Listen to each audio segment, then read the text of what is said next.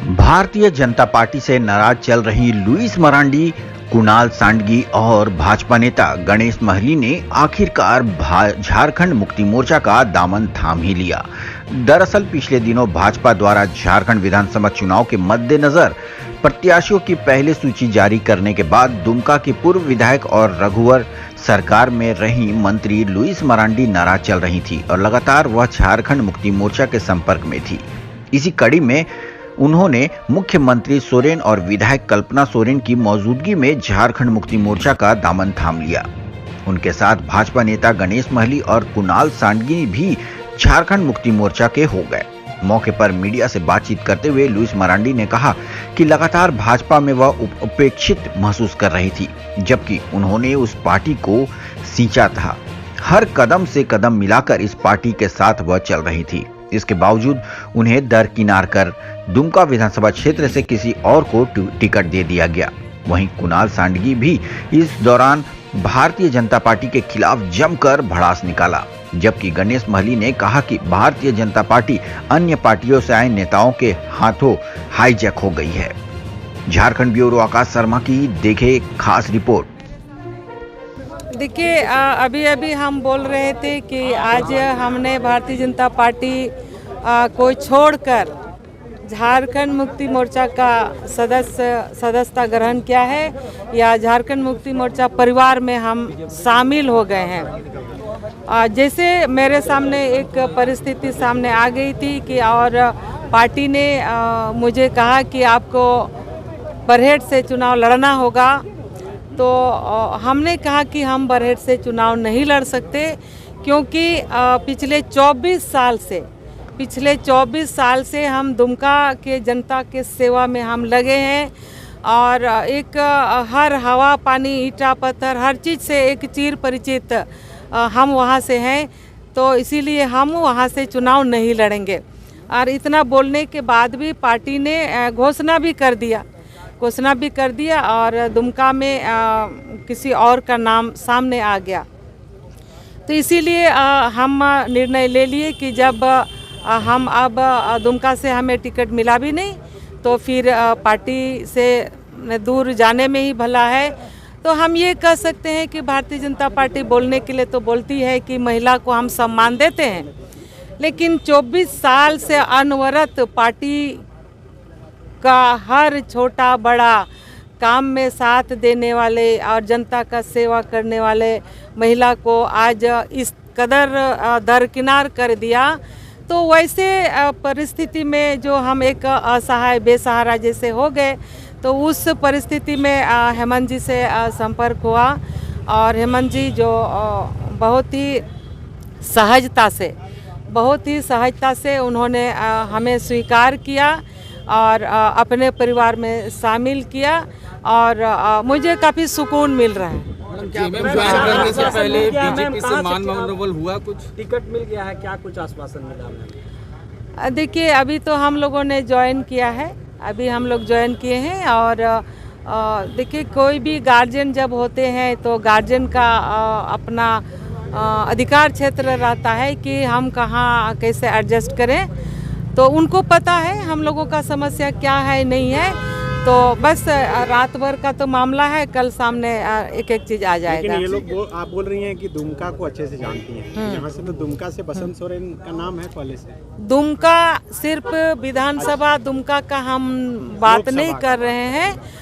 जब भी हम काम किए हैं, जब हम मंत्री भी थे, तो पूरा क्षेत्र को हम देखते थे। दुमका जिला, दुमका लोकसभा या आसपास दुमका जामताड़ा, ये तो एकदम सटा जिला था, तो एक एक चीज़ों का जानकारी है। और दुमका, शिकारीपड़ा, जामा, ये तो हमारा जिला है, तो सब समय हमारा घूमना फिरना, लोगों से मिलना जुलना होते रहता है। ठीक है, बिल्कुल। आप देखिए आज आईडी नीचे रखिएगा तब ना सबका दबा दिया। जिस तरह चंपाई सोरेन जी ने भारतीय जनता पार्टी में आने के बाद जिस तरह चंद दिनों में आके संगठन को हाईजैक करना, इसके कारण हमने पार्टी से त्याग देकर आज झारखंड मुक्ति मोर्चा का सदस्यता हमने ज्वाइन किया। और आगे पार्टी जो तय करेगा, पार्टी का जो आदेश होगा उस आदेश के अनुसार हम लोग आगे काम करेंगे। बहुत लोग आए हैं सरायकेला से, तो कौन लड़ेगा चुनाव? देखिए, तो आपको हेमंत को तय करना किसको चुनाव लड़ाना है, तो हम लोग पार्टी में अब सम्मिलित हो गए हैं, पार्टी का सदस्यता ग्रहण किए हैं। आगे दादा का जो आदेश होगा उसको हम लोग पालन करेंगे। बहुत धन्यवाद।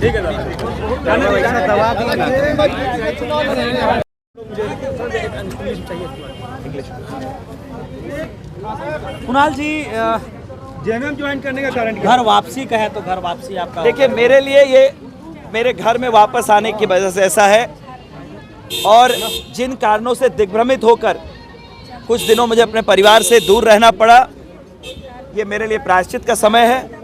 मैं अपने झारखंड मुक्ति मोर्चा के सभी सहयोगियों से भी मैं खेद व्यक्त करता हूं, अगर मेरे कारण उन्हें कभी लगा हो कि मैंने कुछ ऐसा व्यवहार किया जिससे उन्हें लगा हो, तो मैं उसके लिए भी खेद व्यक्त करता हूं। और आज परिवार में मेरी वापसी हुई है। मैं हेमंत सोरेन जी का, कल्पना सोरेन जी का धन्यवाद दूंगा कि उन्होंने मुझे परिवार में वापस शामिल किया, और झारखंड के विकास में जो लड़ाई वो लड़ने जा रहे हैं, उस लड़ाई में सहभागिता करने का उन्होंने मुझे सौभाग्य दिया।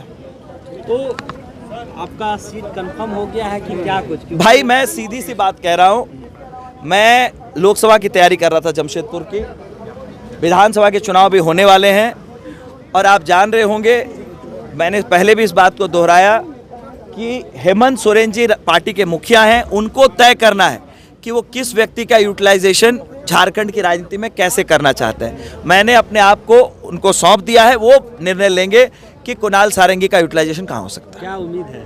किस बात की उम्मीद? मैंने तो कहा, मैंने सौंप दिया है, मैं काम करने के लिए आया हूँ। जब मैं विधायक नहीं था, तब मैंने विधायक होने के क्रम में जितने लोगों की सेवा की थी, उससे ज़्यादा लोगों की सेवा की है। इसलिए मेरे लिए राजनीति लोगों के लिए काम करने का माध्यम है। पावर आना, कॉन्स्टिट्यूशनल पोजीशन आना जाना, ये राजनीति का हिस्सा है। इससे मुझे बहुत ज़्यादा विचलित नहीं होता हूँ मैं। इस तरह का चुनाव कैसे देख रहे हैं आप? क्लीन स्वीप होने जा रही है, क्लीन स्वीप होने जा रही है। फिर से हेमंत सोरेन जी इस राज्य के मुख्यमंत्री बनेंगे।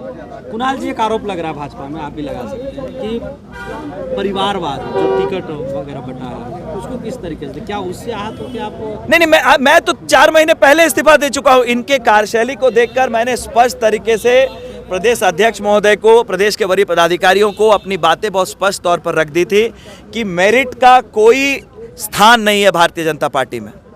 इनके मापदंड कौन से होते हैं टिकट देने के लिए, इनका बेहतर जवाब वही दे सकते हैं जिसके ऊपर केसेस हों, जिसके ऊपर मर्डर के चार्जेस हों, जिसके ऊपर भ्रष्टाचार के आरोप लगे हों।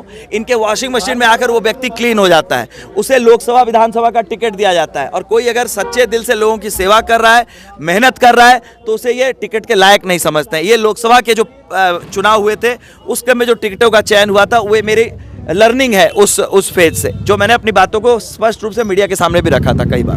आपने जब जेएमएम छोड़ के भाजपा ज्वाइन किया, तो क्या वॉशिंग मशीन में धुलने गए थे? देखिए, मैं जब जेएमएम छोड़ के, मैं ये बात बहुत स्पष्ट रूप से आपके सामने कहना चाहता हूँ, मैंने एक नेशनल प्लेटफॉर्म को चुना था ताकि मैं लोगों का ज़्यादा काम कर सकूँ। आपके पास एक ज़्यादा मौके होते हैं, स्कोप ज़्यादा होता है। उसका उदाहरण भी मैं देना चाहता हूँ।